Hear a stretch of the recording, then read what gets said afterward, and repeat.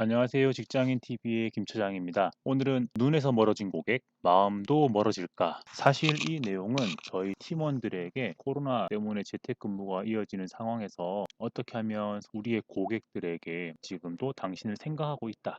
라는 걸 어필할 수 있는 방법에 대한 고민을 함께하는 세션을 진행하기 위해서 제작한 슬라이드고요. 회사와 관련된 내용들은 다 빼고 말씀을 드리겠습니다. 일단 버추얼이라고 하면 피지컬리 존재하지 않지만 소프트웨어나 다른 것들을 통해서 마치 존재하는 것처럼 생각하도록 만드는 그런 것을 이야기하는데, 우리가 지금 재택근무를 해서 고객들을 직접 볼 수는 없지만 마치 우리가 고객들을 만난 것처럼 해당 메시지를 전달한 것처럼 그렇게 할 수 있는 아이디어를 짜보자라고 해서 이런 버추얼을 쓰임으로 해서 미팅을 진행을 했었고요. 이 세션을 진행하게 된 이유는 코로나19 때문에 전 세계가 비상이 걸리고 수많은 회사들이 재택근무를 하고 있기 때문에 우리의 고객을 직접 보러 가지 못하는 상황에서 고객들의 마음에서 멀어지지 않기 위해서 할 수 있는 게 없을까라는 거를 머리를 짜내다가 진행한 세션이에요. 데일리팜이라는 매체가 있는데 정혜진 기자가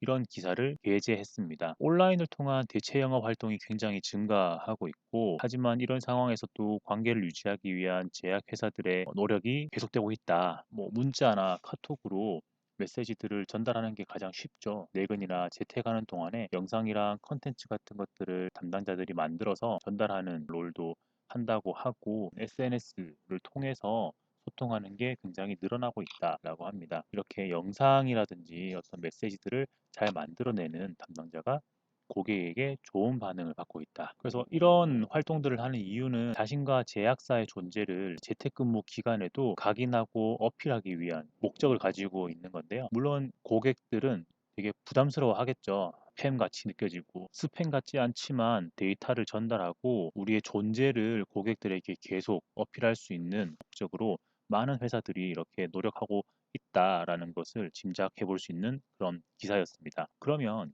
정말 눈에서 멀어지며 마음도 멀어진다. Out of sight, out of mind. 이 말이 진짜여야만 우리가 이렇게 활동하는 것들이 의미가 있을 거잖아요. 그리고 우리는 이제 경험적으로 당연히 눈에서 안 보이면 점점 멀어진다라는 걸 알고 있지만, 이걸 빅데이터로 증명한 책이 있습니다. 데이터에 보이지 않는 손이라는 책인데요. 사람들의 행동 패턴들을 분석을 해서 인사이트를 뽑아내서 쓴 책이 되겠습니다. 이 책을 쓴 작가는 야노 가지오라는 히타치 중앙연구소의 소장이고, 웨어러블 센서로 인간의 행동을 연구해서 분석을 했다고 합니다. 이 사람이 쓴 비즈니스 마이크로스코프이라는 디바이스를 가지고 사람들 간의 만남, 움직임, 각도, 가속도 이런 것들을 다 트래킹을 했고, 이렇게 누적된 데이터의 양은 총 100만 일 정도의 데이터가 누적이 됐다고 합니다. 이 정도면 빅데이터라고 부를 수 있잖아요. 이 비즈니스 마이크로스코프이라는 것은 회사 출입할 때 출입증처럼 생겼고, 사람의 만남, 움직임, 각도, 가속도 같은 것들을 분석을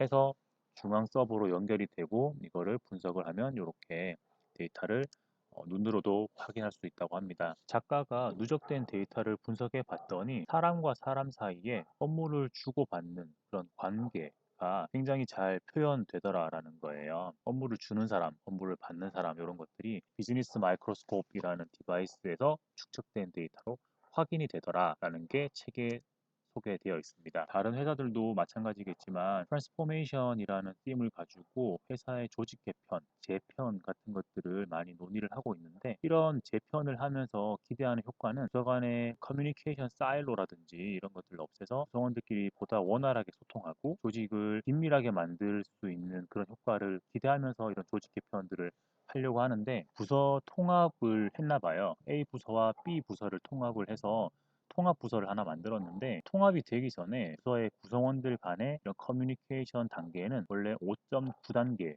정도였다고 해요. 여기 표시되어 있는 이 부장이라는 사람으로부터 부서 전원에까지 전달되는데 총 6단계 정도의 커뮤니케이션 스텝이 필요했다고 하면, A와 B 부서를 통합하고 직후에는 5단계, 3개월 정도가 지난 12월 달에는 3.7단계로 커뮤니케이션 배리어가 5.9에서 3.7로 2.2단계가 줄어들어 있더라라는 것이 확인되었어요. 그러니까 이 경우에는 부서를 통합하면서 커뮤니케이션 배리어가 줄어들었다. 그래서 보다 원활한 소통이 가능한 그런 통합이었다라는 것을 이 데이터로 증명을 할 수 있었어요. 근데 이 책에서 소개되고 있는 되게 재미있는 이론 하나가 T분의 1 법칙이라는 것을 소개를 하는데, 어떤 사람과 헤어진 다음에 다시 만날 확률이 마지막 만난 다음에 시간이 지날수록 줄어든다라는 거예요. 되게 복잡하게 써 있는데, 어떤 사람을 만난 다음에 흐른 시간이 t라고 하면 그 사람을 다시 만날 확률은 t분의 1에 비례해서 감소한다라는 거죠.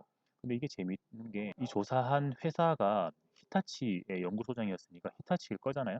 근데 이 거대한 히타치라는 회사의 엔지니어, 청소부부터 해서 회장, 임원, 뭐 팀장, 과장, 부장에까지 모두에게 다 적용되는 법칙이었다는 게 굉장히 재밌어요. 이 정도라고 하면 거의 모든 조직, 거의 모든 회사에 다 적용되는 법칙이라고 할 수 있을 것 같고, 결론은 이거예요. 제일 마지막에 헤어진 다음에 다시 만날 때까지의 시간이 길어지면 길어질수록 다시 만나기 어려워진다라는 거죠. 송 차장이 김 사장을 만나고 헤어진 다음 1시간이 지나서 다시 만날 확률이 있을 거잖아요. 그 확률을 P라고 할 때 2시간이 지나면 2분의 P, 3시간이 지나면 3분의 P, 이런 식으로 확률이 점점 줄어든다는 거고, 이걸 그래프로 나타내면 T분의 1 법칙에 어떤 사람과 만나고 난 다음 헤어져서 그 다음에 다시 만나게 될 확률은 10시간이 지나면 거의 10% 미만까지도 떨어지는 걸 확인할 수 있어요. 그러니까 어떤 사람을 만나고 시간이 지나면 지날수록 그 사람을 다시 만날 확률은 점점 더 줄어든다는 게 이렇게 입증이 되는 거죠.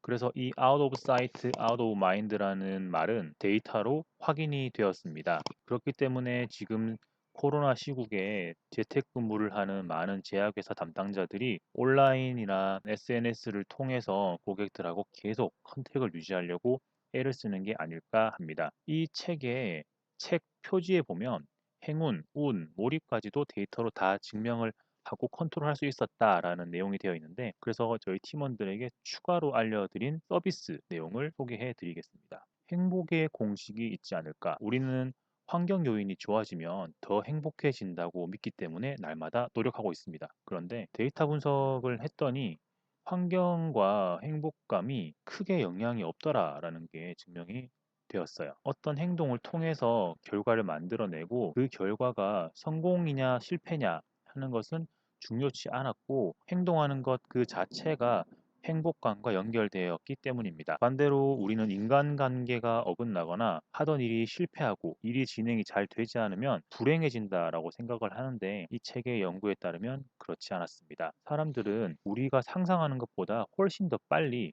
좋은 쪽으로 혹은 나쁜 쪽으로 우리 주변을 둘러싼 환경에 엄청 빨리 익숙해지고 적응해버리기 때문입니다. 그래서 우리가 좋은 차를 사거나 명품 백을 갖게 되어도 처음에 한두 번은 되게 기분이 좋다가도 나중에는 그냥 주차장에 되어져 있는 차, 장롱 속에 들어있는 여러 가지 가방들 중에 하나, 이런 식으로 그 가치, 마음이 느끼는 그 가치가 점점 줄어들기 때문에 사람들은 자신을 둘러싼 환경 요인에 적응하고 익숙해진다고 합니다. 만약에 우리가 엄청 노력해서 뭔가를 변화시키고 뭔가를 얻어내려고 하는, 그래서 만들어내려고 하는 그 환경 요인을 모두 만족시킨다고 해도 우리가 행복을 느끼는데 그 환경이 주는 영향은 10% 정도에 불과하다라는 결과가 이 책에 실려 있습니다. 그러면 집도, 큰 집, 예쁜 여자친구, 잘생긴 남자친구, 좋은 차, 명품 가방, 이런 거 말고 우리의 행복에 영향을 주는 나머지는 뭘까요? 그건 우리가 매일매일 하는 사소한 습관,